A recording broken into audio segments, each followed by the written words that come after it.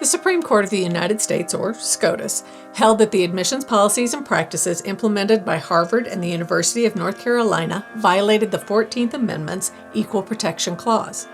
In these cases, the court responded to challenges brought by Students for Fair Admissions v. Harvard, and in a separate case, the University of North Carolina admissions policies.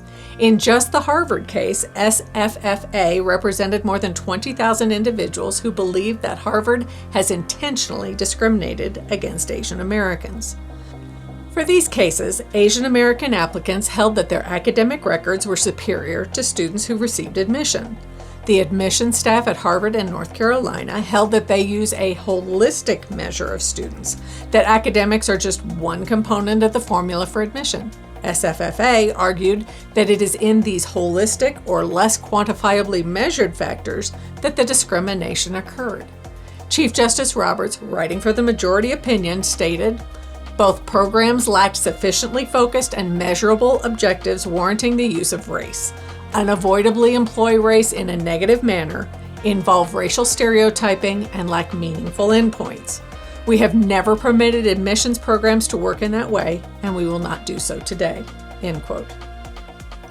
The court was not speaking with one voice in this decision, as is evidenced by the dissent written by Justice Ketanji Brown Jackson, in which she stated, quote, "Deeming race irrelevant in law does not make it so in life." End quote. 4 points must be made when it comes to race-conscious admissions. Number 1, without a strong underpinning of K-12 education throughout the United States, the admission selection in top-tier schools will not reflect the vast diversity and talents held in the citizenry. As Justice Sotomayor stated in her dissent, quote, "Equality requires acknowledgement of inequality," end quote. We firmly hold that waiting until the college application process is too late to truly fight inequality. Education in this country is not equitable. Until it is, elite college admissions will not be equitable. Number 2, life and college admissions decisions aren't ever going to always be fair. When 90 to 95% of applicants to a particular school are rejected, there will be candidates who are not admitted and could have performed well and benefited from an education at that school. Number 3, top-tier or highly selective colleges are committed to their perceived need to diversify their student population, and they know that admissions decisions are the primary way to reach that goal. It is the definition of diversity and the approach to finding students who fill that definition that is more difficult to define.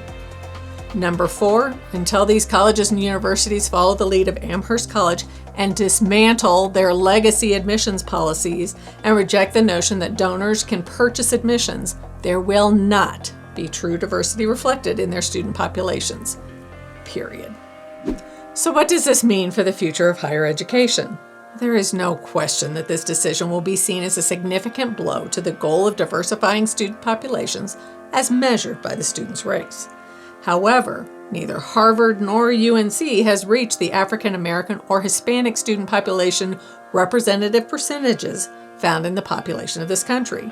While progress may have been made, the policies utilized did not reach the ideal.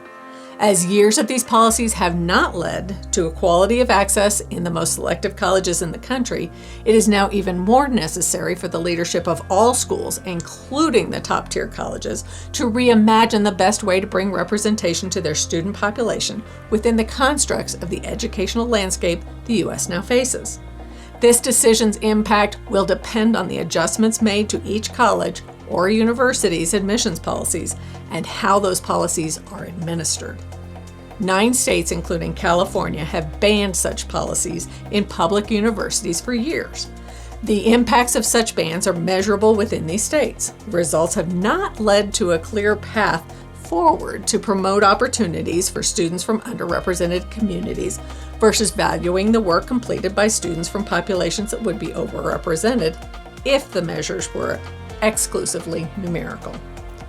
The one lesson that has come from these states is that there are other ways to increase diversity, even or especially by race, within student populations by measuring economic background, utilizing zip code-based recruitment, or other strategic programs to reward applications that demonstrate a student's work to overcome obstacles, be they systematic racism, financial barriers, or family structure. As stated by Anna Ivey, quote, "The squishy categories in the holistic process leave a lot of wiggle room for schools to engineer their incoming class in ways that reflect their institutional priorities, which include ones that aren't just past academic performance," end quote. As both schools utilize federal funding, despite Harvard being a private school and UNC being public, the decision will place the U.S. Department of Education in the position of enforcing this decision through compliance checks as schools construct admissions policies that do not violate this court decision. And it is expected that more grievances and lawsuits will be filed to measure the implementation of any new admissions policies. So what does all of this mean to the college applicant? It means what we have always known. If you desire to attend a top-tier college in the U.S., you need to maximize your performance in the most challenging courses available. You need to look for extracurricular activities and jobs that allow you to demonstrate leadership, creativity, and responsibility. Remember, having quality experience is more highly revered than surface-level quantity.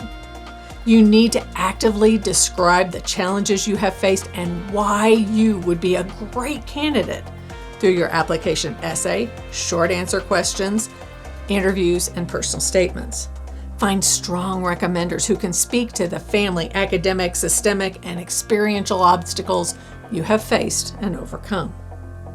Oh, and you need to develop applications to several other schools that will offer you the opportunity to shine should your acceptance to selective schools not be successful. There will always be winners and losers in admission selections, and those numbers are magnified when 95% of students do not receive an acceptance letter. You also need to make sure you understand that the value of your education will be enhanced by the cohort of students, faculty, and programs offered by whatever college you attend. That is not exclusive to top-tier schools. The quality and value of the education you receive are enhanced by the level of vigor, curiosity, and dedication you put into learning academic and life lessons moving forward. This is not expected to be the last time that race-conscious admissions practices are going to be evaluated by SCOTUS. Nor is it likely that the full scope of the impact of this decision will be measured for years. If you found this information useful, click the like button or subscribe. And if you have any questions, let us know in the comments below.